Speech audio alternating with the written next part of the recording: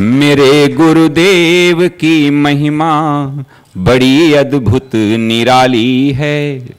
मेरे गुरुदेव की महिमा बड़ी अद्भुत निराली है भर जाती वो सब झोली जो जन्मों से ही खाली है भर जाती वो सब झोली जो जन्मों से ही खाली हैं।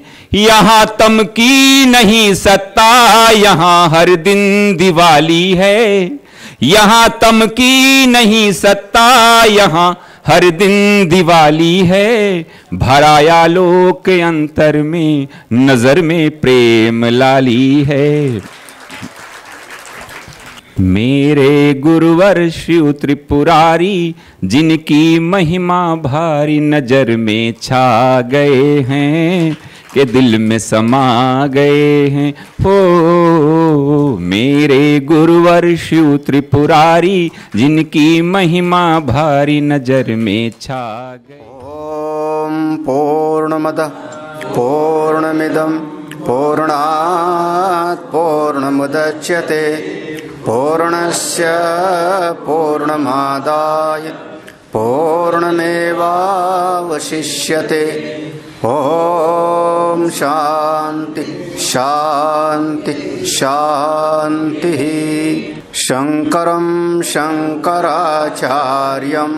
केशवं बादरायणं सूत्रभाष्य कृतौ वन्दे भगवन्तो पुनः पुनः।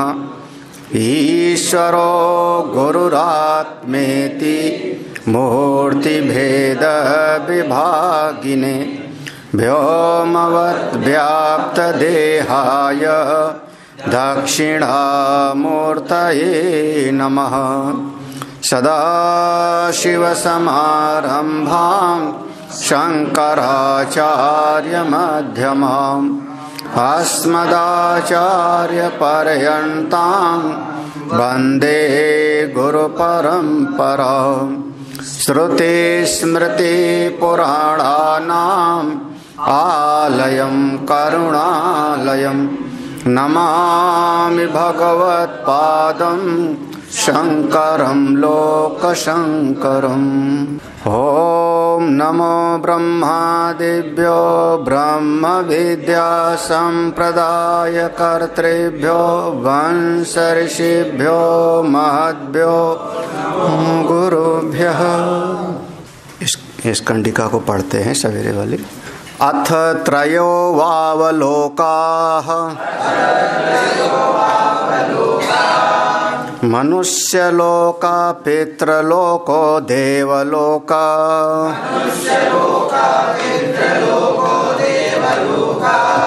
इति सोऽयं मनुष्यलोकाः पुत्रेणैव जय्यो नान्येन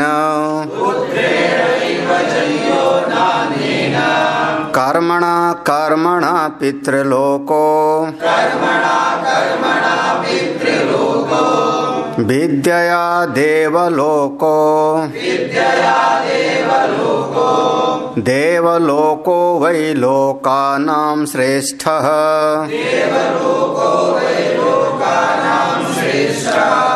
तस्माद् विद्यां प्रशंसन्ति।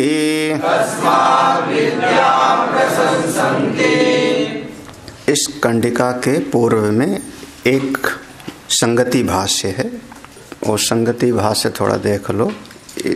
इस मंत्र के पहले एक पैराग्राफ है। एवं पांक्तेन दैव वित्त विद्या संयोक्तेन कर्मणा त्रयन्नात्मकः प्रजापतिर्भवति इति व्याख्यातम। ये संगति है। इस प्रकार से जो वहाँ पर पांक्ति की बात कही थी कि यज्ञ पांक्त है, सब पांक्त है, पांच चीज है, उसमें दैव वित्त विद्या संयुक्ते एक तो वहाँ पर दैव वित्त की बात की गई थी, मानुष वित्त और दैव वित्त ऐसे बात किया गया था। तो दैव वित्त और दूसरा हो गया विद्या संयुक्तेन, यहाँ विद्या का अर्थ होगा उपासना। बार बार यहाँ पर विद्या माने ब्रह्म विद्या नहीं अपितु उपासना। तो विद्या संयुक्तेन, और जब इस प्रकार से कर्मणा कोई कर्म करेगा, दैववित्त और विद्या संयुक्तेन पांक्तेन कर्मणा, इस प्रकार से जब कोई कर्म करेगा तो उसके द्वारा त्रयन्नात्मकः, 3 प्रकार का अन्न, उसको 3 प्रकार के अन्न की बात समझ में आ जाएगी। कौन? वाक, प्राण और मन, त्रयनात्मका। और जो उसको समझ लेगा वो प्रजापतिर्भवति, वो प्रजापति की अवस्था को प्राप्त कर लेगा। इस प्रकार से पांक्त कर्म के द्वारा दैव वित्त और विद्या संयुक्तेन, विद्या यानी उपासना के द्वारा जब कोई श्रेष्ठ कर्म करता रहेगा तो 3 अन्न को समझ लेगा, वाक, प्राण और मन, और उसके माध्यम से प्रजापतिर्भवति, उसके द्वारा वो प्रजापति की अवस्था को प्राप्त करेगा। इति व्याख्यातम, ऐसा पहले बताया जा चुका है, ऐसा पूर्व में बताया जा चुका है। अनंतरम च जायादि वित्तम परिवार स्थानीयम इति युक्तम। अब इसके बाद कुछ और बताया था वहां पर, इसको व्याख्यान करने के बाद कि जायादि वित्तम, एक जगह पर आया था जाया में स्यात, हमको पत्नी मिले, फिर कहा था वहां पर पत्नी होगी तो वित्तम में स्यात, हमको धन की प्राप्ति हो, और फिर इसी के द्वारा हम कर्म को करें। वो शायद मंत्र था, ये जो चतुर्थ ब्राह्मण का अंतिम मंत्र था, चौथे ब्राह्मण का अंतिम कंडिका था, जिसमें 17वीं कंडिका थी, उसमें था जाया में स्यात् अथ प्रजायेयत वित्तम में स्यात् अथ कर्मम कुर्वीत, ये 3 चीज था। और उसके बाद कहा था एतावान वै कामा नेच्छनातः, इसके अलावा और कुछ भी नहीं है। तो उस बात से वहां से संगति ले रहे हैं भगवान भाष्यकार। अब यहीं पर देख लो बस, जायादि वित्तम परिवार स्थानीयम, तो यहाँ पर ये बता दिया था कि एक तो वह प्रजापति की पद की अवस्था को प्राप्त कराने वाला उपाय है, और दूसरा हो गया जाया वित्त कर्म आदि जिससे परिवार मिलेगा। तो एक मानुष वित्त हो गया परिवार स्थानीय, और एक हो गया दैवी। इस प्रकार से 2 विभाग हो गया, पत्नी है, धन है, पुत्र है, परिवार है, तो ये सब हो गया आपका मानुष वित्त। और दूसरा पांक्त कर्म के द्वारा उपासना किया, श्रेष्ठ कर्म किया, तो प्रजापति का पद प्राप्त कर लेगा। उसी तरीके से पाया होगा वो 3 अन्न को समझने के द्वारा, तो वो हो गया दैववित्त। तो दैववित्त और मानुष, इसमें एक चीज जो बात कहना चाह रहे हैं भगवान भाष्यकार, तात्र पौत्र कर्म अपर विद्यानाम लोक प्राप्ति साधनत्व मात्रम सामान्येन अवगतम न पुत्रादीनाम लोक प्राप्ति फलम प्रति विशेष संबंध नियम। यही चीज जो है बहुत सटीक यहाँ पर भगवान भास्कर के वहाँ पर जो प्रसंग था कि उसने कामना किया कि हमको पत्नी मिले, हमको अथ वित्तम में शायद हमको धन की प्राप्ति हो, अथ कर्मम कुर्वीति जिससे मैं कर्म को करूं, ऐसा वहां पर वर्णन किया गया था। तो तत्र वहां पर पौत्र कर्म और अपर विद्या नाम, अपर विद्या माने वहां पर अपर विद्या माने सोपाधिक उपासना, हिरण्यगर्भ की उपासना, इससे जो है ये 3 का तो जो है वहां पर निरूपण किया था। तो लोक प्राप्ति साधनत्व मात्रम सामान्य अवगतम, सामान्य रूप से ऐसा हुआ कि इसको प्राप्त होने से लोक की प्राप्ति होगी, लेकिन न पुत्रादि नाम लोक प्राप्ति फलम प्रति विशेष संबंध नियम, ऐसा कोई नियम नहीं बताया कि ये वाला करेंगे तो कौन सा लोक मिलेगा। वहां पर ऐसा नियम नहीं बताया था कि पुत्र से कौन लोक मिलेगा, धन से कौन लोक मिलेगा, कौन से कर्म से कौन लोक मिलेगा, ऐसा एक विशेष अलग अलग नियम समझाया नहीं गया था। वहां ये था कि ये 3 साधन हैं और इनसे साधक की प्राप्ति होती है, लेकिन अलग अलग नहीं बताया गया था। अब जैसे साधन है कि आप रिक्शा से जाओ, साइकिल से जाओ, टेम्पो से जाओ, साध्य है कि आपको जाना कहाँ पर है, ऋषिकेश जाना है, साध्य हो गया। लेकिन कब कौन सा साधन आपको कहाँ ले जाएगा, ये वहां पर खास बात से अलग अलग नहीं समझाया गया था। इसलिए अब देखो, अब आगे बताने का क्या प्रयोजन है। सो अयम पुत्र आदि नाम साधना नाम, उसी बात को यहाँ पर पुत्र आदि के साधन, पुत्र आदि भी साधन हैं। कहाँ? साध विशेष संबंध हो, ये सब साध्य को ले जाते हैं, साध्य को प्राप्त कराने वाले हैं। वक्तव्य इति उत्तर कंडिका प्रणीयते। ये अब की जो कंडिका है, ये 16वीं कंडिका इसलिए बताई जा रही है कि वहाँ जो नियम था कि उसने कामना किया जाया में साथ, वैसे वहाँ पर जो सिद्धांत था, वहाँ पर सिद्धांत वही था कि जाया की कामना नहीं है, कामना किसकी है? लोक की। वहाँ का पर था कि कामना किसकी है? लोक की। वह लोक हमको चाहिए, तो उस लोक की प्राप्ति कैसी होगी? तो कहा पुत्र से। पुत्र क्यों कैसे मिलेगा? तो पत्नी से। तो पत्नी एक बीच की माध्यम थी, पुत्रेण एव, जिससे हमको पुत्र की प्राप्ति हो। अन्यथा कामना तो थी किसी लोक की, कामना लोक की थी। हाँ, वहां पर पत्नी के बगैर, जैसे कामना है हमारी यज्ञ की, कामना है स्वर्ग की, कामना स्वर्ग की है, स्वर्ग कामो यजेत, स्वर्ग कामो यजेत, एक कामना है। अब स्वर्ग की कामना है तो उसके लिए यज्ञ करे, विधि है। हाँ, तो यज्ञ करने के लिए अब हमको क्या चाहिए? तो कहा बिना घी के यज्ञ नहीं हो सकता, घी चाहिए। हाँ, घी चाहिए। अब घी कहाँ से मिलेगा? घी कहाँ से मिलेगा? तो फिर घी की प्राप्ति के लिए चाहिए क्या? गाय। हाँ, तो हमको गोधन मिले, गाय मिले। अब दिख रही कामना कौन सी? गाय मिले। कामना दिख रही कि गाय का कामना वाला है, लेकिन वास्तव में गाय की कामना नहीं है। कामना किसकी है? कि गाय से हमको दूध मिलेगा, फिर घी बनेगा, घी से यज्ञ करेंगे, तो कामना हो गई किसकी? स्वर्ग। ठीक है ना? हाँ, दिखता है कि बच्चा परीक्षा में नंबर 1 लगाना चाह रहा है। ठीक है ना? बच्चा परीक्षा में फर्स्ट डिवीजन आना चाह रहा है, एक कामना दिख रही है उसकी। हनुमान जी महाराज कृपा करो, यही ना कामना? तो यही दिख रही है, लेकिन असल में ये कामना नहीं है, ये कामना साधन है। क्यों? क्योंकि इस कामना के बाद फिर हमको नौकरी मिल जाएगी, नौकरी मिल जाएगी तो हमको धन रुपया मिल जाएगा, धन रुपया मिल जाएगा तो बढ़िया हम घर खरीद लेंगे, फिर पत्नी होगी, फिर सुखी होंगे। तो कामना कहाँ जा रही है उसकी? हाँ? अगर कोई कह दे कि फर्स्ट डिवीजन वाले को नौकरी नहीं मिलेगी, उसके बाद कोई चाहेगा? तो कामना जो स्वरूप है वहां पर इस प्रकार से निरूपण किया गया।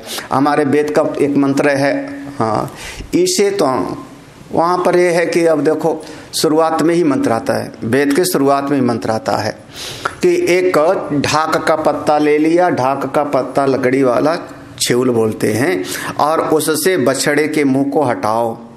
नहीं, दूध मत पी, दूध हमको निकालना है, उससे बछड़े को मुंह को हटाओ। क्यों? क्योंकि वो बछड़ा सारा दूध पी लेगा तो फिर हमको दूध नहीं मिलेगा, तो घी कैसे होगा? हाँ, अब वहां मंत्र है कि इस मंत्र का इस कर्म में विनियोग है।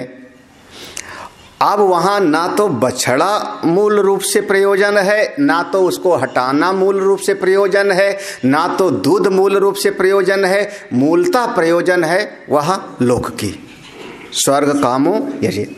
ठीक, तो ऐसे ही इसको कहा जाता है कि ये जो वहां पर वर्णन किया था कि मुझको वहां 3 कामना दिखाई थी। अथ जाया में स्यात्, जिससे हमको पुत्र की प्राप्ति हो। दूसरा अथ वित्तम में स्यात्। तीसरा कहा था अथ कर्मम कुर्वीति, वो 17वीं कंडिका में चतुर्थ ब्राह्मण के कर्मम कुर्वीत। फिर उसके बाद कह दिया था एतावान वै कामा, इतना ही कामना है।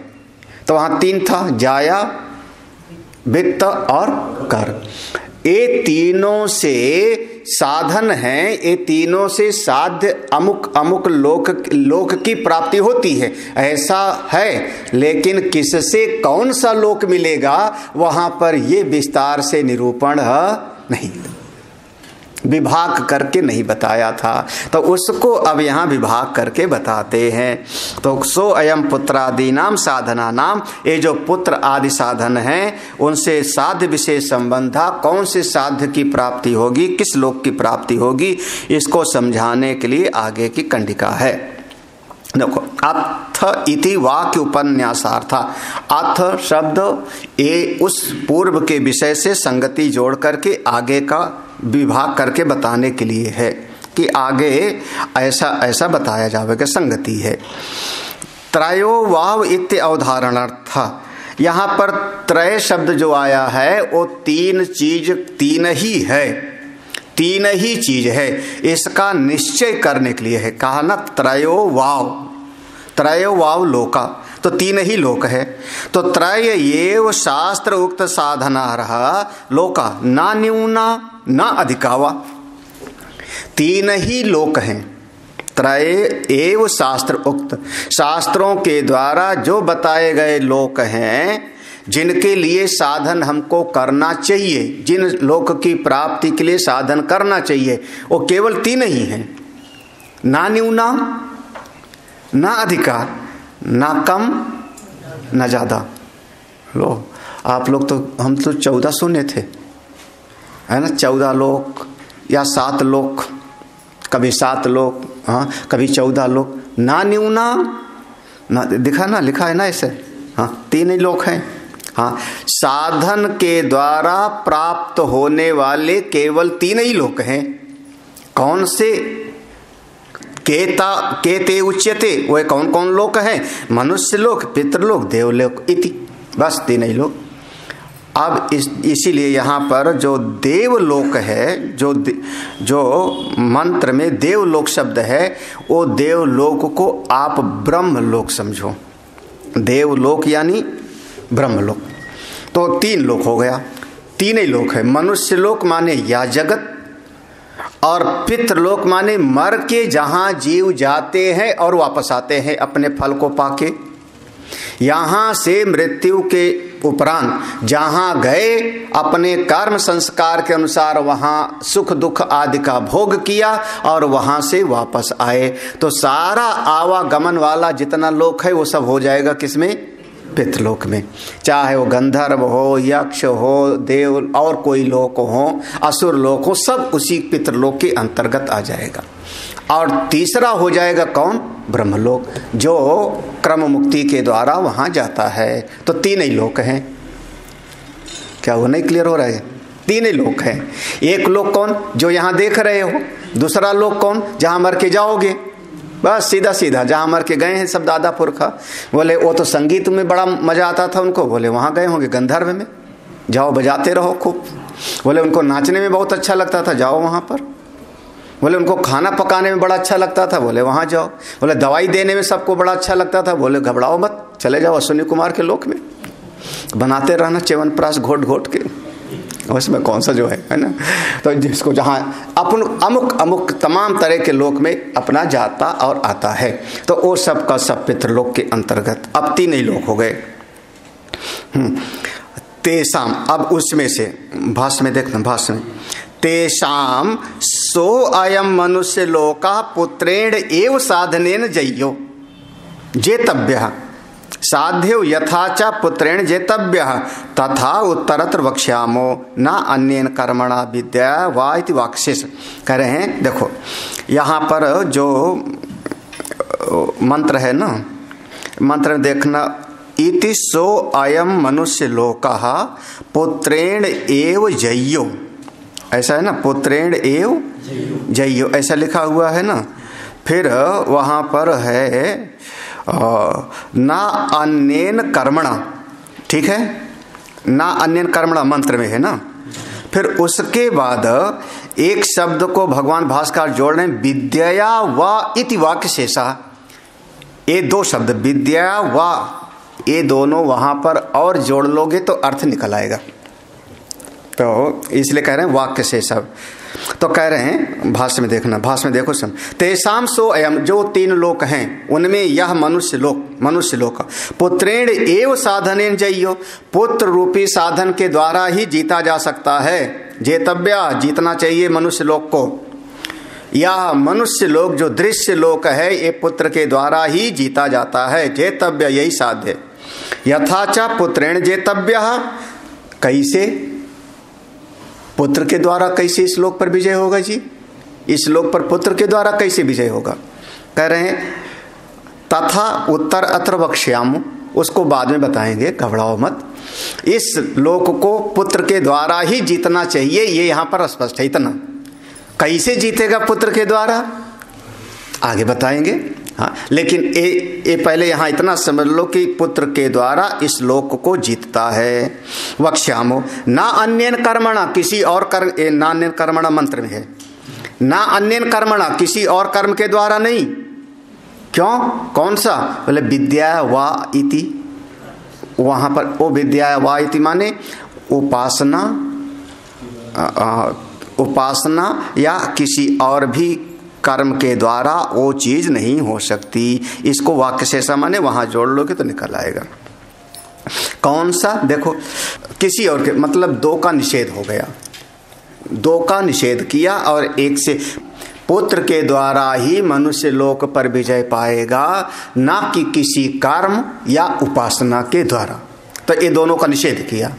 ये 2 रास्ते वहां नहीं ले जाएंगे, यही वाला रास्ता वहां ले जाता है। बस 2 का निषेध और 1 की विधि, इसको कहते हैं विधि और निषेध। हाँ, दोनों का। यहाँ पे जो भी विद्या कर्म जो पात्र जो भी कर रहे हैं, हाँ, उसका कोई फल यहाँ पे इस लोक में वो आगे आएगा ना। वही तो पुत्र के द्वारा इस लोक पर विजय।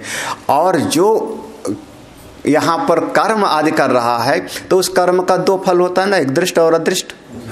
तो दृष्ट फल तो यही मिल जाता है, जो अदृष्ट फल है वो अपूर्व बनता है, वही अदृष्ट वाला अपूर्व बनेगा, संस्कार जनित होगा, और वही हमको अदृष्ट वाला ही अमुक अमुक लोक में ले जाएगा। तो जो कर्म है उस कर्म से इस लोक पर विजय नहीं हो सकती, दृष्ट फल मिलेगा, दृष्ट फल मिलेगा, कामना की पूर्ति होगी, दृष्ट फल मिलेगा। लेकिन अदृष्ट अगर श्रेष्ठ है, अदृष्ट जो है वो संस्कार बन करके या अपूर्व बन करके हमको आगे की तरफ ले जाता है। उपासना का भी बिल्कुल ऐसे हो जाएगा। उपासना अगर कर रहा है और किसी सकाम उपासना कर रहा है तो किसी न किसी देवता की उपासना करेगा, वो देवता उसको जो है फल दे देगा जो चाहिए तुमको, और फल दे करके आपने उपासना किया, कामना से मांग ली, तो उपासना से आपको फल मिल गया, वो खत्म हो गया बराबर, मतलब दिया लिया सब बराबर। अब आपके पास में कुछ रहा नहीं तो कहीं ले नहीं जाएगा। तो वो उपासना आपको आगे की गति नहीं ले जा रही है, बल्कि वो तो केवल आपका लेना और देना। हमने इस प्रकार से उपासना भक्ति किया, अमुक देवता ने हमारी मनोकामना पूरी कर दी, हिसाब बराबर, बचा क्या? तो आगे की गति का हेतु वो नहीं बनेगा। क्या हुआ? नहीं समझा रहा? हाँ, इसीलिए वही कर्म और वो उपासना जो हमको आगे ले जाती है, जिसमें हम भीतर से कोई भाव नहीं होता, कामना नहीं होती। तो मूल रूप से इस लोक पर जो भगवान भाष्यकार का कहना है मंत्र में कि इस लोक पर पूरी तरह से जो विजय है आपका कर्म। अब कोई आदमी देखो बहुत कर्म कर लेवे, सरल भाषा में बहुत कर्म कर लिया, कर्म करके उसने धन भी इकट्ठा कर लिया, लेकिन घर में कोई संतान ना हो तो खालीपन लगता है कि नहीं? आत्मदेव को धनी थे, आत्मदेव धनी थे, दशरथ महाराज उनके पास तो सम्राट थे, कोई कमी नहीं थी, गुरुदेव वशिष्ठ जैसे थे, लेकिन फिर भी उनको अधूरापन लग रहा था ना। एक बार भूपति मन माही भाई गलानी मोरे सुतनाही। क्यों? तो अभी पूरी तरह से इस लोक पर विजय तो नहीं हुई ना, तो पुत्र की कामना वाले हो गए। फिर कोई ना कोई, अब जैसे जो है वर्णन आएगा कि उन्होंने राजा थे ना सत्यव्रत, हरिश्चंद्र के पिताजी, है ना। और कर्म के द्वारा ही कोई न कोई लोक की प्राप्ति होगी। वो चाह रहे थे हम सदैव स्वर्ग जामें, और उनके लिए अमुक अमुक प्रकार का कर्म कराया गया, वो आगे गए वो कर्म के द्वारा ही। तो वहाँ पर वो विधि का वर्णन आया। उपासना में वर्णन आता है कि कोई कोई साधक ऐसे उपासना कर रहे हैं, उपासना करते करते उनकी चित्तवृत्ति वैसे बन गई और उस तदाकार भाव को अपने जो इष्ट देव थे उनके लोकों को प्राप्त किया। हाँ, यो यो याम याम तनुम भक्ता श्रद्धयार्चितुम इच्छति। जो जो जिस जिस भावना के साथ उपासना करेगा वो उसी उसी देवता का लोक प्राप्त करेगा। साधारण से ऐसा है। मुझे यहाँ 3 साधन है, पुत्र और कर्म और विद्या। हाँ हाँ, कंफ्यूजन हो रहा है कि अलग कैसे। हाँ, इसीलिए तो भगवान भास्कर ने तो इसीलिए संगति ली ना कि उसको अलग अलग खोलना है। तो पुत्र, अब पुत्र में भी कर्म थोड़ा अनुसूत तो है, मुख्य रूप से वहां पर पुत्र पर दृष्टि है, लेकिन अब उसको पालने के लिए भी कर्म तो करेगा ही ना। वो लौकिक कर्म कह लो, लौकिक कर्म कह लो, वो करेगा। फिर वो श्रौत स्मार्त कर्म वहां पर नहीं होगा, लौकिक कर्म कर रहा है पुत्र के द्वारा। तो 3 लोक हो रहा है, 3 लोक हो रहा है, यह लोक, पितृलोक और देवलोक। सीधा कहना चाह रहे हैं कि यह लोक पर जो विजय है वह पुत्र के द्वारा, परिवार के द्वारा। और केवल अगर कोई कहे कि नहीं मैं तो कर्म और उपासना के द्वारा प्राप्त कर लूंगा, तो यह संभव नहीं, क्योंकि कर्म से जो वस्तु प्राप्त होगी, मैंने वही कहा कि अधूरापन लगेगा, उसको अतृप्ति होगी भीतर, धन आदि प्राप्त कर लेगा। उपासना से भी उसको हो सकता है कि जो है उपासना के द्वारा भी इस लोक पर विजय नहीं पाएगा। अब इस लोक में उसको नाम कमाना है, इस लोक में नाम कमाना है, और वो जाकर के हिमालय की गुफा में बैठ के उपासना कर रहा है। और उपासना करते करते तो शरीर गया पूरा हो, कैसे नाम होगा उसका, कैसे होगा। अब अगर देखो, एक यही दृष्टि समझो, इस लोक पर विजय पाना हो, जैसे अगर हमारे पूज्य पाद तपोवन महाराज जी के पास गुरुदेव ना होते तो इस लोक पर कौन जानता इस दुनिया में। कुछ मित्र पूज्य तपोवन महाराज के, स्वामी शिवानंद जी, कैलाश, विद्वत समाज में भी वो गणमान कितने, विद्वत समाज कितना, जो उत्तरकाशी और ऋषिकेश में थोड़े से। लेकिन इस लोक में अगर तपोवन महाराज की हम फोटो लगा के हैं, उनका नाम है, किसके कारण, गुरुदेव के कारण, यही ना। अगर आज रामकृष्ण परमहंस को सब लोग जानते हैं तो विवेकानंद के कारण। तो किसके द्वारा विजय हुआ इस लोक पर, यही तो है ना। अब बढ़िया तत्ववेत्ता तो हैं, ब्रह्मनिष्ठ तो हैं, काली माँ के उपासक तो हैं, लेकिन इस जगत में अगर नाम चाहिए या प्रतिष्ठा चाहिए या समाज के लोगों को श्रेष्ठ मार्ग पर जोड़ना हो, तो आपकी उपासना मात्र से तो नहीं होएगा ना। आप पूजा करते थे, काली माँ आपसे बात करती थी, आप उपासना करते रहते मंदिर में, दादा गुरुदेव पढ़ाते रहते 4-6 विद्यार्थी पढ़ लेते थे। हाँ, ज़्यादा नहीं, वो भी कुल गिने चुने। हाँ, 8-10 लोग बैठते थे पढ़ने में, जिनमें से 3 तो गुरुदेव थे, एक अभी ब्रह्मलीन हुए सुंदरानंद, एक गोविंद गिरी, यही सब मुख्य थे। तो ज़्यादा थे कहाँ। रामकृष्ण परमहंस के पास कुल 12 ही तो थे, 12 थे। तो अब ये देखो, यहाँ पर सीधा है कि इस जगत में अगर आपको विजय पाना है तो किसके द्वारा, पुत्र के। अब आगे देखो, अभी इसीलिए अगला वाला मंत्र भी आएगा ना। भगवान भास्कर ने कहा कैसे जीतेगा पुत्र के द्वारा इस लोक पर, कैसे जीतेगा। तथा उत्तर अत्र वक्ष्यामा, अगले वाले कंडिका में हम आगे के प्रसंग में इसको हम बताएंगे। वक्ष्यामा कैसे जीतेगा उसका वो बताएंगे, आप लोग पढ़ के आए होंगे ना। तो अगला देखो, कर्मणा। अब यहाँ पर आ गया कर्मणा पितृलोको, जो कंडिका में है उसका भाष्य है, कर्मणा पितृलोको है। तो कह रहे कर्मणा अग्निहोत्रादि लक्षणेन केवलेन पितृलोको जेतव्यो ना पुत्रेण नापि विद्यया, ना पुत्रेण ना अपि विद्या। ये दोनों को जोड़ करके देखोगे तो कह रहे कर्मणा, कर्म के द्वारा। अब कौन सा कर्म, श्रौत अस्मार्त, ये दोनों अग्निहोत्रादि लक्षण, श्रुति प्रतिपादित और स्मृति प्रतिपादित। श्रौत स्मार्त कर्म करने के द्वारा खूब बढ़िया बढ़िया कर्म करो तो उससे केवलेन पितृलोको जेतव्या, केवल पितृलोक तक आपकी गति है। हमने पहले कहा पितृलोक में सब आवागमन वाले जितने लोग हैं वो सबको जोड़ लो, सबको जोड़ लो, पितृलोक तक वो आपको ले जाने वाले हैं।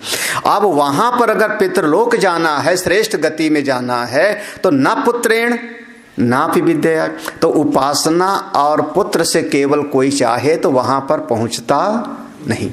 वहां जाना है अगर श्रेष्ठ कोई अमुक लोक में तो उसके लिए उसको श्रेष्ठ कर्म करना चाहिए। तीसरा देखो विद्या, हाँ विद्या आ गया, विद्या यानी अब यहाँ पर उपासना वाला। तो विद्या देवलोको न पुत्रेण ना भी कर्मणा। देखो विद्या देवलोको, उपासना के द्वारा कौन सा लोक प्राप्त करेगा? देख अब याद करना यहाँ पर कौन सी उपासना का वर्णन चल रहा है, पहले अध्याय से, शुरुआत से, पहली कंडिका से। हाँ हिरण्यगर्भ उपासना का वर्णन चल रहा है ना, प्राण उपासना, हिरण्यगर्भ उपासना जिससे वह प्रजापति पद का प्राप्त। तो उपासना के द्वारा कौन सा? देवलोक को।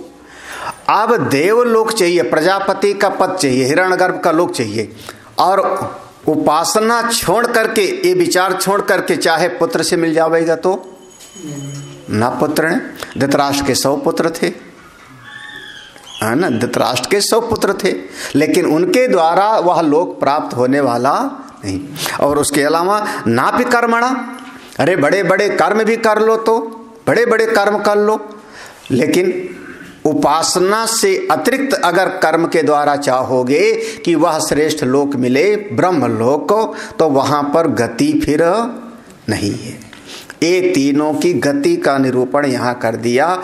इस लोक में अगर आपका ऐसा भाव है कि लोक में हमारा नाम हो, हमारी प्रतिष्ठा हो, हमारा वंश आगे चले, या समझ लो कि बुढ़ापे में पानी देने वाला कोई हो, क्या कहा जाए, कम से कम ये तो अगर कोई तो कैसे होवे फिर। अब भाई कभी कभी देख करके लगता है, वो देखो अमुक घर में देखो वो आदमी इतना वृद्ध हो गया है, हम भी ऐसे हो जाएंगे तो रोटी कौन देवेगा, दवाई कौन करावेगा, उठाएगा बिठाएगा कौन। बस ये चीज़ जो है, तो भाई अगर ये चित्त वृत्ति में आता है तो कहाँ जाओगे फिर? हमको क्या मिले? पुत्र मिले। हाँ, तो पुत्र के द्वारा ही आपको, अब इतना कोई बड़े वेदांती हो कि देह भाव से ऊपर उठ गए, हाँ पूरा, हाँ हम शरीर ही नहीं हैं, अंतःकरण ही नहीं है, इंद्रियां नहीं है, मैं तो आत्मा हूं, तो आपका शरीर चाहे मर जावे चाहे शेर खा जावे, फिर डरते क्यों हो? इतना अगर, और इतना नहीं उठे हो, अगर चाहते हो कि अभी हमको रोटी मिले समय पर, तो फिर आपको कोई ना कोई, और दोनों प्रकार के पुत्र की जरूरत पड़ती है, 2 प्रकार से। एक जो है वह नाथ परंपरा होती है, एक बिंदु वंश, बिंदु परंपरा, नाथ परंपरा, जो हम शब्दों के द्वारा ज्ञान दे करके शिष्य वाली गुरु शिष्य परंपरा होती है, वो नाथ परंपरा है। और जो पिता पुत्र वाला है वो बिंदु परंपरा मानी जाती है। दो ही है। तो अब बात तो सीधा सीधा है, इस संसार में महाराज ये सब होता है, ऐसा मत समझना। चित्त में बहुत, क्या कहूँ, चित्त में होता है। अब ये तो बहुत बार तो विद्वानों में भी देखा जाता है, हमारा शिष्य होना चाहिए, कौन संभालेगा जात, तो ये सब जो है देखा जाता है। नहीं तो अच्छा कोई बहुत विद्वान है, बहुत विद्वान है, अति विद्वान है, चलो मान लो समाज में ख्याति लब्ध हैं, प्रतिष्ठित हैं, उसके बाद भी जो है उन अपना बैंक बैलेंस रखते हैं, अलमारी की चाबी रखते हैं। क्यों रखते हैं? फक्कड़ शाही में रह जाओ पेड़ के नीचे, कहाँ कौपी नवंता खलु भाग्यवंता है। तो वो जो चित्त वृत्ति है ना, वो अवधूत वृत्ति तो एक अलग वृत्ति है। बहुत बार ऐसा देखा जाता है कि 25 साल 30 साल तो अवधूत वृत्ति में रहे और बाद में सोचते हैं कि एक झोपड़ी तो हमारी ही बनी जाए। तो ऐसे कई महापुरुषों का तो इसलिए जो है ये जो है इस लोक में अगर आपको थोड़ा प्रतिष्ठित होना है तो आपको वंश परंपरा चाहिए, बिल्कुल चाहिए। ये बिल्कुल स्वाभाविक है। उसी से आपका यहाँ पर विजय होगी। यहाँ पर पुत्रेण एव जय्यो अयम लोकः ना अन्य, और कोई उपाय नहीं। और फिर पितृलोक आदि पर कैसे? आप यहाँ पर ज़्यादा खूब अन्नदान करो। अन्नदान किया आपने, गौशाला पौशाला लगवा दिया आपने, बढ़िया बढ़िया कुआं बावड़ी बनवा दिया, तो आपको कोई बढ़िया लोक मिलेगा, श्रेष्ठ गति होगी। मुक्ति नहीं होगी, वो ब्रह्मलोक तक नहीं ले जाएगा। पिसनहारी का कुआं आटा पीस करके और कुआं बनवा दिया, सराय बनवा दिया, आने जाने वाले लोग जो है सबका सब जल पिए। हाँ, पिसनहारी का कुआं मशहूर है वृंदावन में। हाँ, अब उससे जो है मुक्ति नहीं मिलेगी, लेकिन श्रेष्ठ कर्म है। अब वो श्रेष्ठ कर्म आपको श्रेष्ठ लोक में ले जाएगा। पितृलोक में अंतर्गत हो गया। एक जगह है, वो 20 साल से पानी पिलाता है, और कोई ज्ञानवान की बात नहीं, बस केवल जो है सवेरे 4-6 घड़ा ला के, वहाँ पानी की तकलीफ है, पानी ला के रखेगा, पिलाता रहेगा।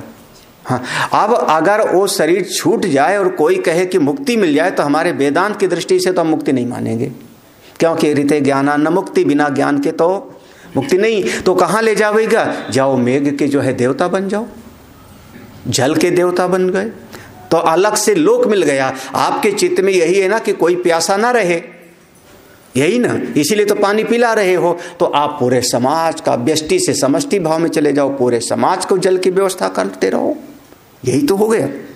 तो आपको थोड़ा श्रेष्ठ लोक मिल जाएगा, वो कर्म आपको श्रेष्ठ लोक में ले जाएगा। कर्मणा पितृलोक।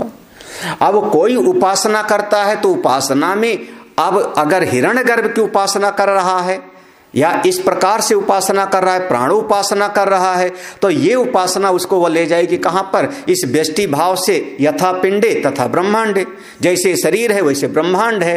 तो ये शरीर की बजाय वो ले जाएगा कहाँ पर? समष्टि से एक कर देगा, हिरण्यगर्भ से एक कर देगा ब्रह्मलोक को। तो उपासना वहां पर ले जाती है, कर्म पितृलोक, और परिवार समाज आदि में आपका नाम चलता है।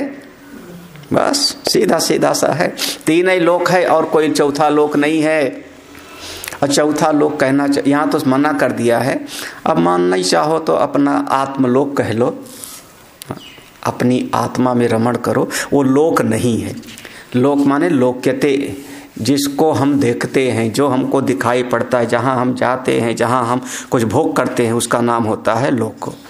तो वो लोक अपना आत्म स्वरूप लोक के अंतर्गत नहीं आता। जो अपने आप को जान ले मुक्त हो जाता है। चलिए जी, अब इसी को कह लो कि 3 ऋण होता है ना, पितृ ऋण, देव ऋण और ऋषि ऋण। ये तीनों ऋण से मुक्त हो गया तो पुत्र से हो गया, पुत्र को पाल पोस दिया तो पितृ ऋण से ऋण हो गया। फिर थोड़ा श्रेष्ठ कर्म कर दिया तो देव ऋण से ऋण हो गया। फिर वो स्वाध्याय आदि उपासना आदि कर लिया तो ऋषि ऋण से मुक्त हो गया। तीनों ऋण से मुक्त हो जाएगा तो आगे बढ़ जाएगा। अब ये जो पुत्र वाला है उसको देखो, अब अगली कंडिका में पुत्र वाला। हाँ अच्छा देखो, हाँ, देवलोको वै लोकानाम त्रयाणाम श्रेष्ठा प्रशस्तम। देवलोक समस्त लोकों में, तीनों लोकों में सबसे श्रेष्ठ है, प्रशंसनीय है। तस्मात् तत्साधनत्वाद विद्याम प्रशंसन्ति। इसलिए देवलोक की प्राप्ति वाला जो साधन है विद्या, वह उपासना, वो भी उसकी भी विद्वान लोग प्रशंसा करते हैं, वो भी प्रशंसनीय है। अब आगे संप्रदान, संप्रति शब्द आएगा। ये संप्रदान माने संप्रदाय, ओ आता ना, कर्ता ने कर्म को करण से के द्वारा संप्रदान के लिए, शिवाय शंकर जी के लिए, रामाय राम जी के लिए, यही ना ये संप्रदान है। फिर किसके लिए आप पूजा किया? पूरा का पूरा 1 घंटा पूजा किया। अब पूजा करने के बाद में आपने कहा, हे प्रभु हमारे बेटे की बुद्धि अच्छी हो जाए। तो आपकी सारी पूजा किसके लिए हुई है? संप्रदान किसका हुआ? अपने लिए नहीं किया हो।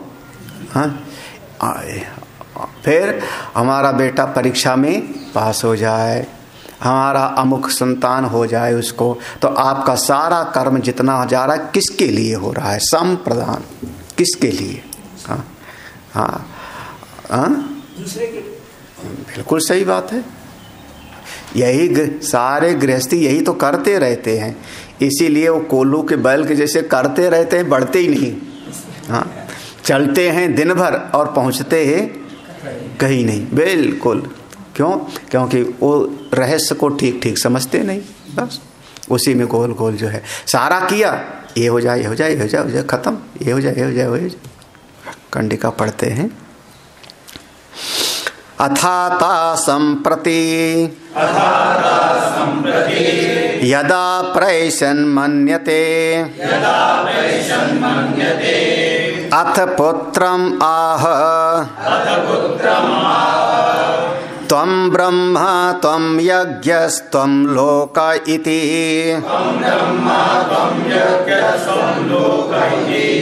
सपुत्र प्रत्याह अहं ब्रह्म अहं यज्ञो अहं लोक इति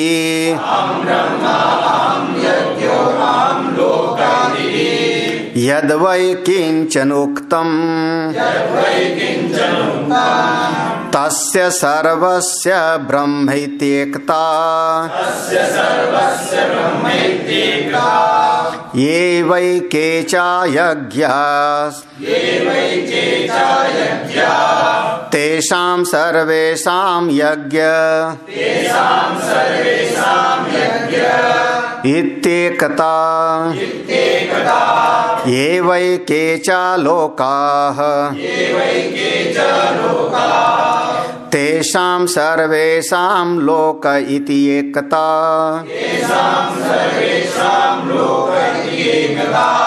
एतावद्वा इदं सर्वम् एतन्मा सर्वं सन् अयमितो भुनजत इति तस्मात् पुत्रम् अनुशिष्टं लोक्यम् आहुस्तस्मादेनम् अनुशासति सा यदैवं वित अस्मात् लोकात् प्रैत्य अथ येभिरेव प्राणैः सह पुत्रम् आविशति सा यद् अनेन किंचिद् क्षण्या कृतं भवति तस्मादेनं सर्वस्मात् पुत्रो मुञ्चति तस्मात् पुत्रो नाम सपुत्रेण एवस्मिन् लोके प्रतिष्ठति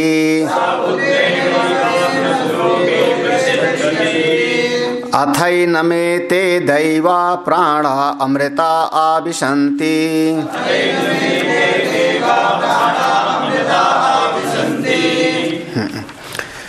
अथ अतः, अथाता है ना, अथ अतः, अथ।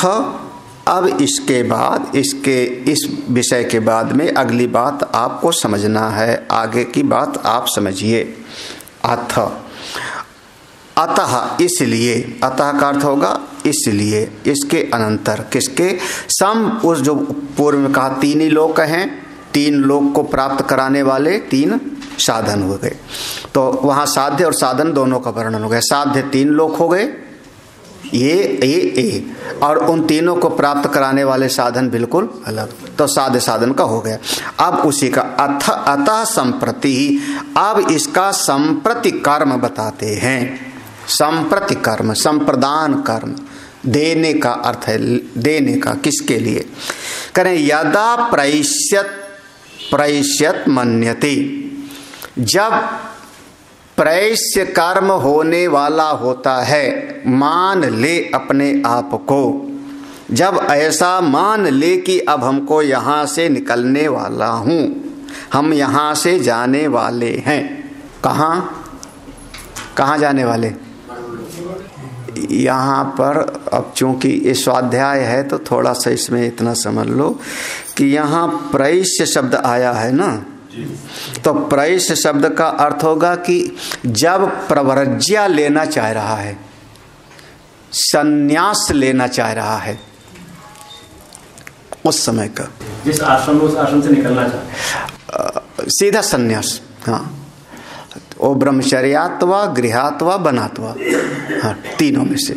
तो चाहे ब्रह्मचर्य आश्रम में हो, चाहे ब्रह्मचर्य आश्रम में होगा तो अगली मंत्र आएगा नहीं, क्योंकि वो पुत्र को शिक्षा देने जा रहा है, वो पुत्र को शिक्षा देने जा रहा है ना।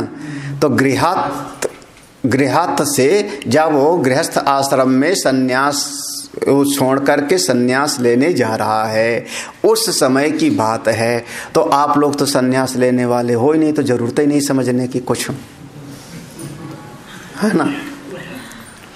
यहाँ प्रैश माने प्रव्रज्या, संन्यास लेना जब शुरू चाहता है, तो ब्रह्मचर्य आश्रम जो संन्यास लेता है उसके लिए नहीं है, क्योंकि उसका कोई पुत्र ही नहीं है, ठीक है।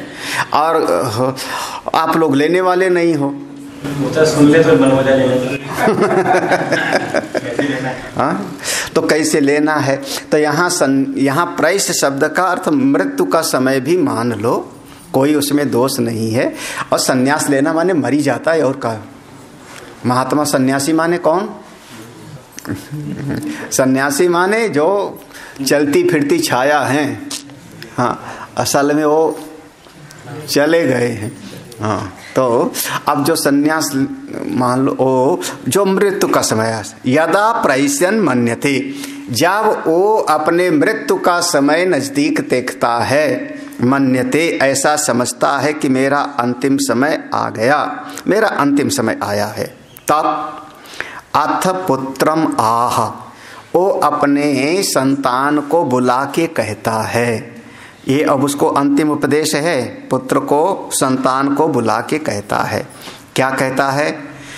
त्वम ब्रह्म, त्वम ब्रह्म, ध्यान से समझना, त्वम ब्रह्म, तीन ही लोग है ना, तीन ही लोग है ना, तीन ऋण है ना, तीन ऋण है ना, तो ऋषि ऋण, पितृ ऋण और देव ऋण, वही था ना।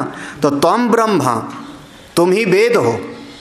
त्वम ब्रह्म माने अब हमारे भीतर का जो भी सुना सुनाया था, जो हमने पढ़ा नहीं पढ़ा, अब सब तुम पर छोड़ते हैं। अगर मान लो ऋषि ऋण में कुछ बाकी रह रहा हो मेरा, ऋषि ऋण में कुछ बाकी रह रहा हो मेरा, तो उसको अब तुम पूरा करना। तो तुम ब्रह्म, तुम वेद हो। तुम वेद हो माने जितना हमने पढ़ाना था तुमको पढ़ा दिए, अब बाकी तुम आगे की परंपरा को आगे बढ़ाओ। तुम ब्रह्म, यहाँ ब्रह्म अर्थात वेद, यहाँ ब्रह्म का अर्थ होगा सीधा सीधा तुम वेद, तुम ही वेद हो। दूसरा है त्वम यज्ञस, तुम ही यज्ञ हो। देखो अब ये जो देव ऋण की बात आ गई, अब ये सीधा देव ऋण हो गया ना, क्योंकि कर्म से यज्ञ आदि करेगा तो स्वर्ग आदि की प्राप्ति होगी, तो देव ऋण हो गया। त्वम यज्ञस, जो हमको करना था हमने किया, जो रह गया हो कोई न कोई यज्ञ में कमी, उसको अब तुम करना, क्योंकि अब हमारा उत्तराधिकारी कौन हो? तुम हो। अब हमने अपना सारी जिम्मेदारी हटा करके तुम पर छोड़ता हूं। इसके साथ त्वम लोक कहा, देखो तीसरा, भाई यज्ञ करेगा कर्म हो गया, तो पितृलोक, यही ना, वो तीनों की संगति है। विद्या देवलोक का, वो ब्रह्म हो गया। तो यहाँ तीनों ऋण है, तीन वो साधन है, तीन साध्य हो गया। त्वम ब्रह्म, तुम अब सुना सुनाया जो था हमने तुमको सुना दिया, तुम वेद हो, तुम ही यज्ञ हो और तुम ही लोक हो। अब हमारा जो कुछ भी है सब तुम ही हो। अब हमारा ये गृहस्थ आश्रम समाप्त होता है, अब हमारा समाप्त होता है। क्यों? क्योंकि अब हम या तो परलोक सिधार रहे हैं और या तो प्रव्रज्या ग्रहण कर रहे हैं। इति, ऐसा ही सब तुम ही हो। तब वो पुत्र बोलता है, ठीक है कोई बात नहीं, घबराओ मत पिताजी, चिंता मत करो। ऐसे कहते हैं ना बच्चे, हाँ, आप घबराओ मत, ये जो 4 बच्चे हैं, भाई लोग हैं, सबको मैं संभाल लूंगा, आप चिंता मत करो, आंसू मत बहाओ पड़े पड़े, हाँ हम सब कर लेंगे। वो पिता बेचारा कई बार सोचता है कि अरे कन्या रह गई थी, विवाह नहीं कर पाए, तो बच्चा क्या कहेगा? यही तो बोलेगा ना, हाँ, कि आप चिंता मत करो, हम सब संभाल लेंगे, माँ को भी संभाल लेंगे, बहन को भी बढ़िया शादी कर देंगे, आप चिंता मत करो, यही तो कहता है। हाँ, तो वैसे ही अब वो बालक कहता है, सा पुत्रा प्रत्याह, उल्टा बोलता है उनकी तरफ, पिताजी की तरफ, पिताजी अहम ब्रह्म, अहम यज्ञ, अहम लोका, मैं ही ब्रह्म हूँ, मैं ही यज्ञ हूँ और मैं ही लोक। बस यही भाई देखो, अगर उनका, हम बार बार कहते हैं, इस पर समझना, अधिकार और कर्तव्य दोनों का जोड़ा होता है, एक सिक्के का दोनों पहलू है। अगर आपका अधिकार है तो फिर आपका कर्तव्य भी बनता है। समाज में आदमी कर्तव्य करने के लिए तैयार नहीं होता, अधिकार के लिए दावा करता है। पिता की जमीन चाहिए, माँ का प्रेम चाहिए, यही ना, माँ का प्रेम चाहिए, पिता का धन संपत्ति चाहिए, सब पर अधिकार है, घर चाहिए। जब कर्तव्य करने की बात आई तो, हाँ, सेवा करने की बात आई तो वो करे, हम नहीं करेंगे। हाँ, हिस्सा बांटने के लिए तो अधिकार के साथ कर्तव्य आएगा ना, दोनों एक दूसरे का जोड़ा है। ये सब जो है खुद, इसके लिए कहते हैं विवेक का इस्तेमाल करना चाहिए। गुरु जी के हो तो ठीक है, गुरु जी के पास रहो, चलो गुरु जी पेड़ के नीचे बैठे, पढ़ो खूब पढ़ो, मना कहाँ करते हैं। लेकिन आश्रम की व्यवस्था चाहिए, कमरा ठीक ठाक हो, पानी भी हो, बिजली भी हो, अमुक भी हो, और आप खर्चा भी न करो तो ना हो वो अलग बात है, होते हुए भी ना करो। बहुत जीवन बहुत विचित्र है, बहुत विचित्र है। हाँ, तो अधिकार और कर्तव्य दोनों का एक दूसरे से अन्योन्य संबंध है। एक को पकड़ करके दूसरे को छोड़ दोगे नहीं चलेगा। जब वह पुत्र है, पिताजी का संपत्ति लेता है, धन लेता है, ज्ञान लेता है, प्रेम लेता है, सब लेता है, और तो पिताजी कर्जा छोड़े तो कर्जा भरेगा कि नहीं भरेगा? नहीं, कह दे नहीं मैं कर्जा नहीं भरूंगा, कर्जा छोड़ के मरे तो कर्जा भरेगा कि नहीं भरेगा? हाँ, तो जब उनका धन लिया तो जमीन लिया तो कर्जा भी उनका लेगा, यही तो ना। उन्होंने कोई कर्म छोड़ दिया, एक कोई उन्होंने मंदिर बनवाना शुरू किया पिताजी ने, वो मंदिर की छत पड़ी थी, गुंबद नहीं बन पाया था, और उसी समय उनका प्रयास समय आ गया कि अब तो जीवन का ठिकाना नहीं। तो अब वो बेटे का कर्तव्य है कि नहीं कि मंदिर को जो छोड़ा था पिताजी ने उसको पूरा कर दे, एक हो गया ना। तो जो हमने समझ रहे हो ना, क्यों वो कह दे नहीं ये तो पिताजी ने जबरदस्ती जो है बहुत विचित्र जीवन है, बहुत विचित्र जीवन है। कैसा लगता है कि सब चाहिए तो, लेकिन करने के लिए आदमी तैयार नहीं होता। भाई दोनों बातें हैं, अगर आप का अधिकार है तो आपका कर्तव्य, ठीक है ना। अगर आप उनका घर लिए हो तो उनका कर्जा भी आप चुकाओ। अगर उनके नाम के साथ जुड़ने पर आपका सम्मान हुआ, बिल्कुल सम्मान हुआ, अरे उनका बेटा है, हाँ ओ दीक्षित का बेटा है, क्या बात है, बढ़िया, उनका बेटा है, सम्मान हुआ, यही ना। तो फिर जब सम्मान होगा तो फिर उसी के हिसाब से आप कर्म करो ना, कि उस नाम को आगे बढ़ाओ। हाँ? ऐसा थोड़े है कि पिताजी तो इतना बढ़िया और बेटा दारू पी करके सड़क पर पड़ा हो गए। चलिए जी, तो पुत्र क्या कहता है देखो, हाँ, सा पुत्रा प्रत्याह, वो पुत्र उल्टा बोलता है पिताजी के सामने। क्या कह रहा है? प्रत्याह माने उनके प्रति वचन बोला। पिताजी की बात सुन करके उनको जवाब दिया, उत्तर दिया। क्या देता है? अहम ब्रह्म, अहम यज्ञो, अहम लोका इति। पिताजी मैं ही ब्रह्म हूं, मैं ही यज्ञ हूं, मैं ही लोक हूं। यानी आपका पूरा जो है उत्तरदायित्व तो अब आज से हमारा। अरे वो दफ्तर में होता नहीं, हैंडेड ओवर टेकन ओवर। दफ्तरी भाषा वाले कौन समझे? ये कैश बुक है, ये लेजर है, ये अलमारी की चाबी है, ये दस्तखत किया, तुम भी कर दो, cash in hand. Cash in bank दोनों देना पड़ता है। कैश इन हैंड 54 रुपया 75 पैसा ऐसे होता है ना, कैश इन बैंक ऐसे होता है ना जी। बस सिग्नेचर करके एक दूसरे लेते हैं, सर्टिफिकेट लेते हैं ना कि हमने चार्ज दिया और तुमने चार्ज नहीं होगी। हाँ, अगली ज्वाइनिंग नहीं होगी, बिना उसको दिखाई ज्वाइनिंग नहीं होगी। हाँ। सब समझ गए। तो ऐसे पिताजी ने अपना पूरा चार्ज दे दिया और बेटे ने एक्सेप्ट कर लिया ना, अहम ब्रह्म हो गया ना, उनको ग्रहण कर लिया ना, अहम ब्रह्म अहम यज्ञ अहम लोकः इति। हाँ, अब देखो, अब ये तीनों का जो ब्रह्म यज्ञ और लोक 3 शब्द है ना, तीनों का व्याख्यान है श्रुति स्वयं कर रही, तीनों का व्याख्यान स्वयं कर रही श्रुति वेद में। यद वै किंच अनुक्तम तास्य सर्वस्य ब्रह्म इति एकता करें।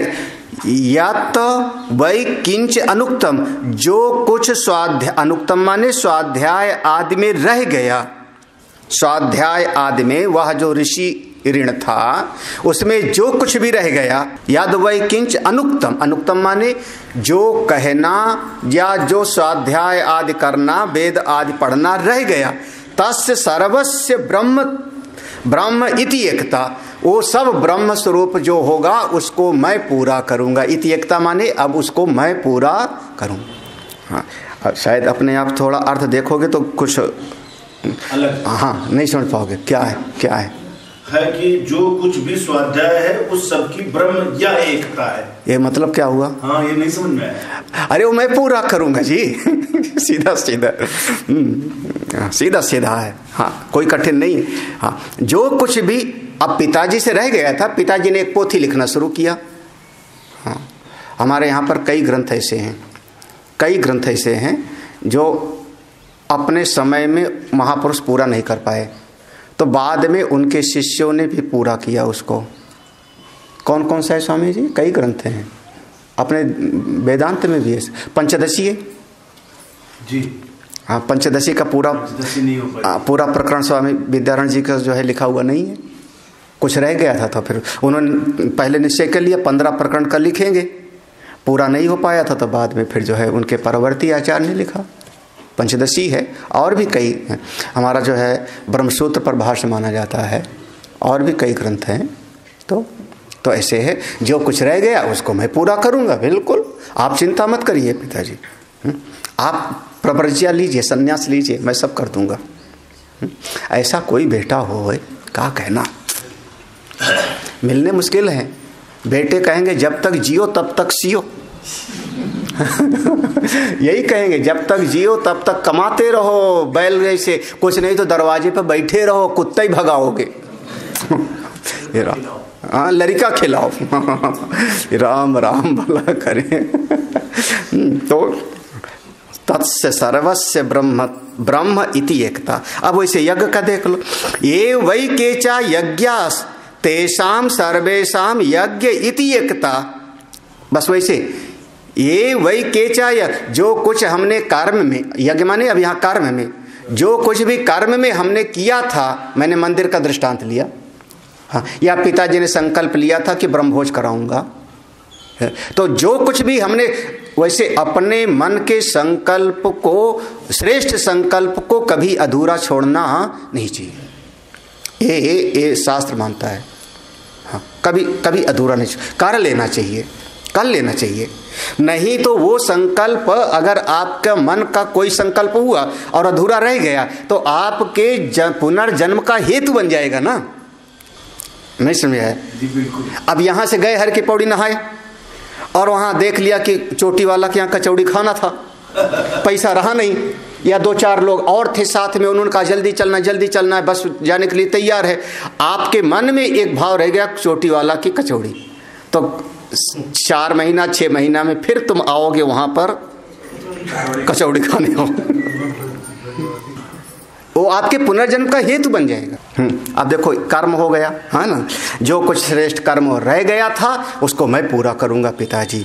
तो ये वै केचा यज्ञ, जो कुछ यज्ञ था, तेषाम सर्वेषाम यज्ञ इति एकता, उसको हम पूरा करके उसको एकत्व को प्राप्त कराएंगे, पूर्णता को प्राप्त कराएंगे। हाँ, उसको पूरा करेंगे। इति इति एकता, उसको पूर्णता को प्राप्त कराएंगे। फिर अब तीसरा देखो, ये वैकेचा लोकाः, जो कुछ यहाँ इस जगत में, मान लो आपने इस संसार में कोई ना कोई लेना देना था किसी को, उसको 10,000 कर्जा दिया था, किसी से 10,000 लिया था।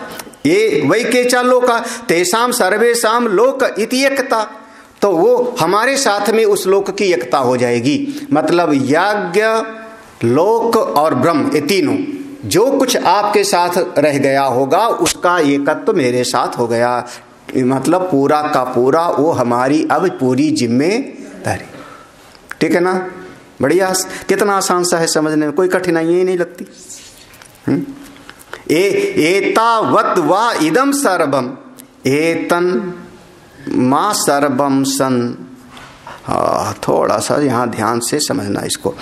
एतावत् वा इदम सर्वम, ये सारा का सारा तो बस इतना ही है। किसके लिए? गृहस्थ में। गृहस्थ में इतना था, उसने किया, कुछ कर लिया, कुछ रह गया था, कुछ जो रह गया था अपने बेटे को दे करके और यहाँ से इतना ही गृहस्थ है जी। गृहस्थ में इतना, एतावत् वा इदम सर्वम, ये सब का सब गृहस्थ में इतना ही है। एतन मा सर्वम सन, ये सब का सब हमने अपने पुत्र को समझा दिया, अपने पुत्र को हमने इसको बता दिया, और बता रहा है। हाँ, समझना। एतावत् वा इदम सर्वम, जैसे बेटे को बाद में कहा, बेटा सब इतना ही है। कितना है? वहाँ चक्की के नीचे गाड़ के रखा है, वहाँ उसको 50,000 देना है, इतना ही है। ऐसे कहते हैं ना। कहाँ कहाँ एफडी है? हाँ, नहीं बताया होगा। कड़ा वाला पहने थी तो इसको उसको दे देना, इसको उसको दे देना, बताया होगा बिल्कुल। हाँ हाँ, तो सब बताते हैं। तो बस एतावत् वा इदम सर्वम, इतना ही है। एतत् मा सर्वम सन, ये सबको समझा दिया उसने अपने बेटे को, पूरा का पूरा बता दिया कि अब इसको सबको तुम्हें संभालना।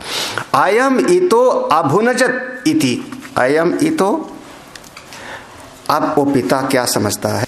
अयम इतः, अब यह पुत्र ही, अयम यह पुत्र ही हमारी सारी जिम्मेदारी को अभुनजत, ये पूरा का पूरा इसका पालन करेगा। अभुजनत माने जो है हो गया कि ये अभुनजत माने हमको भोग करावेगा, हमको पालन करावेगा। देखो क्या है इसका मतलब, कि हम ब्रह्मलोक चाहते थे और उसके लिए जो हमारा ऋषि यज्ञ वगैरह था वो करना था, उपासना करना था, विद्या देव लोक करना था। बीच में कोई प्रतिबंध हो गया, कोई न कोई बाधा आ गई, जिस प्रतिबंध के कारण हम वहां पर नहीं पहुंच पाए। जो हमने मन में सोचा था वहां जाएंगे, वहां नहीं पहुंच पाए। तो बीच में प्रतिबंध बनाना, किसी कारण से कोई ना कोई एक बाधा आ गई और हम बीच में फंस गए, किसी और काम में हमारी उपासना खंडित हो गई, कर्म हमारा गड़बड़ा गया।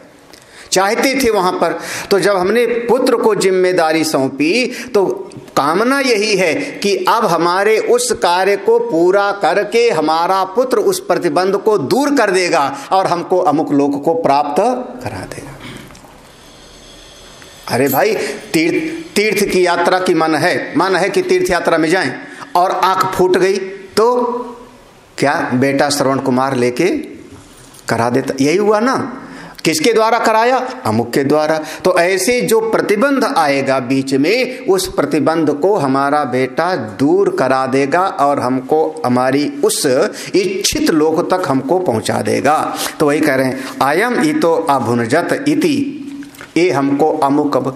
इसीलिए तो देखो, इसीलिए अब देखो अगला श्रुति करें, तस्मात्, चूंकि समस्त प्रतिबंधों को दूर करके अपने उस पिता के इच्छित लोक तक पहुंचाने का काम करता है, इसलिए तस्मात् पुत्र अनुशिष्टम लोक्यम आहु, इसीलिए पुत्रम अनुशिष्टम, अगर पुत्र को अच्छी तरह से शिक्षा दिया है तो अमुक अमुक लोक लोक्यम आहु, लोक को प्रदान कराने वाला होता है। इसलिए तस्माद एनम अनुशासति, इसीलिए पिता अपने पुत्र को अनुशासित करता है, इसीलिए उसको लोक्य बोलते हैं, लोक्य कहते हैं।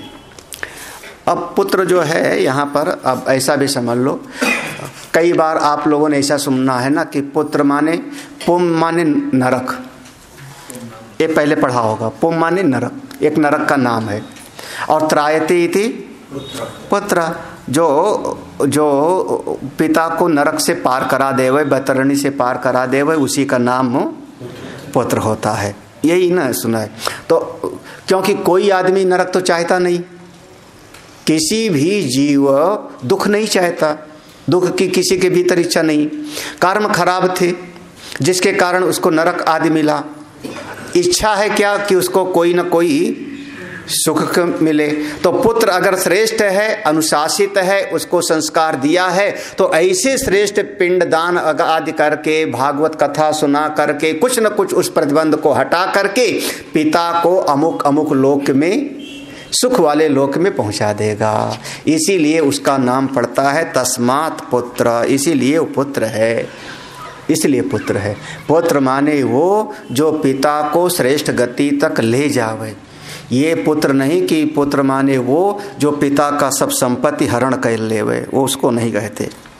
हाँ, गया जाके पिंडदान, मान लो गया जाके पिंडदान करे, और नहीं तो भागवत कथा करा। भागवत के अनुसार जैसे कहा कि भागवत कथा सुनवाया ना, ओ अपने बड़ा भाई था ना धुंधकारी, उसके उद्धार के लिए क्या किया गोकर्ण ने, भागवत कथा सुनाया, भागवत कथा कराया, मंदिर बनवाए, या कुछ और श्रेष्ठ कर्म करके कोई न कोई जैसे भी अपने पिता को श्रेष्ठ गति पर ले जावे, उसी का नाम होता है पुत्र। केवल रुपया कमा के दे देवे उसको न पुत्र नहीं कहते। दिन भर जो है लड़ाई होवे और रुपया कमा के दे देवे, लो, उसको पुत्र नहीं कहते। हाँ, इसीलिए उसको जो है अनुशिष्टम लोक्यम, इसीलिए उसको लोक्य बोलते हैं। पिता, लोक्य माने पिता के लोक को प्राप्त कराने वाला, वह लोक्य हो गया। तस्माद एनम अनुशासित, इसीलिए हम लोग पुत्र को शिक्षित करते हैं, अनुशासित करते हैं। सा यदा एवं वित्त अस्मात् लोकात् प्रैति, देखो अब यहाँ सा यदा, जब इस प्रकार से एवं वित्त अस्मात्, जब इस प्रकार से जैसा बताया गया है वैसा समझ करके, एवं वित्त समझ करके और अपने पुत्र को समझा करके, अस्मात् लोकात् प्रैति, इस लोक से गमन करता है। कौन? गृहस्थ से या शरीर लोक से गमन करता है। तो यहां से जाने के बाद प्राणई सह पुत्रम आविशति, एक तरीके से समझो कि अपनी सारा का सारा प्राणई सह अपने भावना के साथ पुत्र में ही प्रवेश वो प्रवेश कर जाता है। कहा पगड़ी रसम, वसीयत करके गया। हाँ, अब वो सूक्ष्म शरीर नहीं प्रवेश कर रहा है, क्योंकि वो तो पुत्र लोक प्राप्त कराएगा ना। पुत्र श्रेष्ठ कर्म के वो पिता की इच्छित जो लोक है उसको पहुंचवाएगा ना। तो अगर पिता पुत्र के हृदय में आके बैठ जाएगा तो लोक कैसे प्राप्त करावेगा? हाँ, वो नहीं, मतलब उनमें प्रवेश कर गया, या कह लो वह जो सरनेम है, जिम्मेदारी है, पगड़ी रस्म है, घर का मुखिया कौन बन गया? पुत्र बन गया। इस प्रकार से उसमें प्रवेश करता है। यहाँ पर कहा प्राणई सह पुत्रम आविशति, ये जो प्राणई सह प्राणों के साथ पुत्र में प्रवेश करता है, तो इसका अर्थ यही हुआ कि अपना नाम, अपना सम्मान, अपना जो कुल गोत्र है सब पुत्र को दे करके और यहाँ से चला गया। हाँ, वो सूक्ष्म शरीर वहाँ जाके नहीं घुस के बैठ गया, नहीं तो भ्रम हो जाएगा कि हाँ उसका जीव जा कर के बेटे में घुस के बैठ गया। ऐसे तो फिर जो है बेटे में घुस जावे तो फिर ओझा के पास जावेगा फिर गंडा तबीज करावेगा, बालाजी के पास जावेगा। हाँ, है ना, राजस्थान में बालाजी, मेहंदीपुर दौड़े जाते हैं, तो ऐसे नहीं घुस जाता वैसे। सा यत अनेन किंचित अक्षण्ड्याकृतम भवति तस्माद एनम सर्वस्मात् पुत्रो मुंचति। सा यत, वो पिता जो कुछ भी, अनेन किंचित कुछ भी, अक्षण्यकृतम, अक्षण्यकृतम माने असावधानी के कारण, प्रमाद के कारण, असावधानी के कारण, अक्षण्य अकृतम जो असावधानी के कारण कुछ गलत कर्म हो गया था उसके कारण, फिर तस्माद एनम सर्वस्मात् पुत्रो मुंचति, उस सब से पापों से वह पुत्र छुड़ावेगा। तस्मात् पुत्रो नाम, इसीलिए उसका नाम हो गया पुत्र, इसीलिए पुत्र होता है। हाँ, तो पुत्र जो है, जो कुछ असावधानी के कारण कुछ दोष हो गया उसको पुत्र बिटा देता है, और क्या। तस्मात् पुत्र, सा पुत्रेण एव अस्मिन् लोके प्रतिष्ठति। देखो, पुत्र के माध्यम से ही इस लोक में वो प्रतिष्ठित होता है। हाँ, मैंने दोनों बात बता दिया, गृहस्थियों का भी और अध्यात्म जगत में भी। दृष्टांत भी दे दिया स्वामी विवेकानंद का, गुरुदेव का। अब इससे ज़्यादा और क्या दृष्टांत दें। वैसे फिलहाल आज तक, अभी तक हमने देखा नहीं भगवत पाद गोविंद पादाचार्य जी का कोई ग्रंथ लिखा हुआ। देखा है स्वामी जी? गोविंद पादाचार्य, गौड़ पादाचार्य जी का कारिका है और भी है, लेकिन भगवत पाद गोविंद पादाचार्य जी का तो कोई ग्रंथ नहीं देखा। हाँ, लेकिन उनका नाम की प्रतिष्ठा कैसे है? भगवान जगतगुरु शंकराचार्य जी के द्वारा। तस्मात् पुत्रो नाम, इसीलिए उसको नाम दिया गया पुत्र। क्योंकि वो पतन से रक्षण करता है, नरक से बचाता है। जो असावधानी के कारण कुछ गलत कर्म हो गए थे उसको वो समाधान करता है। कोई काम कर रहे थे, तुम्हारी गड़बड़ी हो गई, बेटे ने आकर के उसको ठीक ठाक कर दिया, यही तो ना, इसीलिए उसका नाम पुत्र।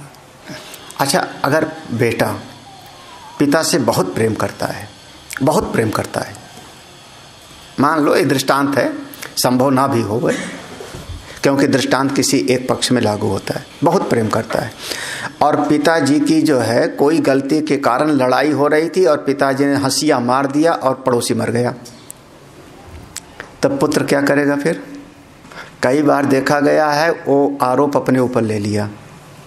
क्यों? हमारे पिताजी वृद्ध हैं, वो कारावास नहीं झेल पाएंगे। क्यों लिया? क्योंकि पुत्र है। ऐसा भी घटना हुआ है। तो पुत्रेण एव, सा पुत्रेण एव अस्मिन् लोके प्रतिष्ठति, इसलिए वो पुत्र के द्वारा ही, वो पिता का जो नाम सम्मान है पुत्र के द्वारा ही इस लोक में प्रतिष्ठित होता है। आथ येनम एते दैवा प्राणा अमृता आविशन्ति। अब इस प्रकार से जो ऐसा वह पिता था, अथ एनम एते दैवाः, अब ये जितने देवता होते हैं, जितने देवता होते हैं, दैवा प्राणाः, वो सब के सब प्राण में, कौन सा प्राण? प्राणा का विशेषण है अमृता, अमृत स्वरूप प्राण में आविशन्ति, वह प्रवेश कर जाते हैं। और यह जो है प्राण यहाँ से सारे देवता माने इंद्रियां आदि, समझो एक एक इंद्रिय ने अपना अपना पैकअप किया, आंख ने बोलना बंद किया, कान ने सुनना बंद किया, एक एक इंद्रिय ने पैकअप कर दिया। पिता ने पुत्र को सारा समझा दिया, एतावान, बस इतना ही था। और उसके बाद पिता ने कहा ठीक है मैं पूरा करूंगा तीनों का तीनों। और उसके बाद फिर क्या हुआ? सारे देवता लोग बंद हो गए, पैकिंग हो गई। और कहाँ पैकिंग हो गई? कहाँ गए? प्राण में गए। और प्राण से उनको लेकर के वहां से चला गया, खत्म, प्रेश कर्म हो गया। महाराज जी होते तो तुरंत कहते भू संन्यस्तो मया, भुआ संन्यस्तो मया, स्व संन्यस्तो मया, सर्वम संन्यस्तो मया, सब छुट्टी, है ना, कई बार बोलते हैं ना ऐसे, सब संन्यस्त हो गया, निकल गया, हो गया जी। इसलिए पुत्र, वहाँ सूत्र क्या था? पुत्रेण एव जय्या अयम लोको, पुत्र के द्वारा ही इस लोक पर विजय हो सकती है और कोई उपाय नहीं है। अब इसके आगे जब वो शरीर छोड़ता है, वो जब शरीर छोड़ेगा, देखो अब आगे जाने के मरने वाला है ना, तो वो प्राण में प्रवेश करता है। तो जो इंद्रियां हैं वो कैसे कैसे कहाँ कहाँ जाती हैं, कैसे कैसे जाती हैं, तो वो सब का सब अपने अपने मूल उपादान कारण में जाके समा जाती हैं। कार्य जो होता है, कार्य जहाँ से आया है कारण में जाके लीन होता है। तो इसका वर्णन करेंगे, लेकिन हम लोग कल पढ़ेंगे सवेरे। ओम पूर्णमद पूर्णात् पूर्णमुदच्यते पूर्णस्य पूर्णमादाय पूर्णमेवावशिष्यते। ओम शांति शांति शांति। हरि ओम। श्री गुरुभ्यो नमः। हरि ओम।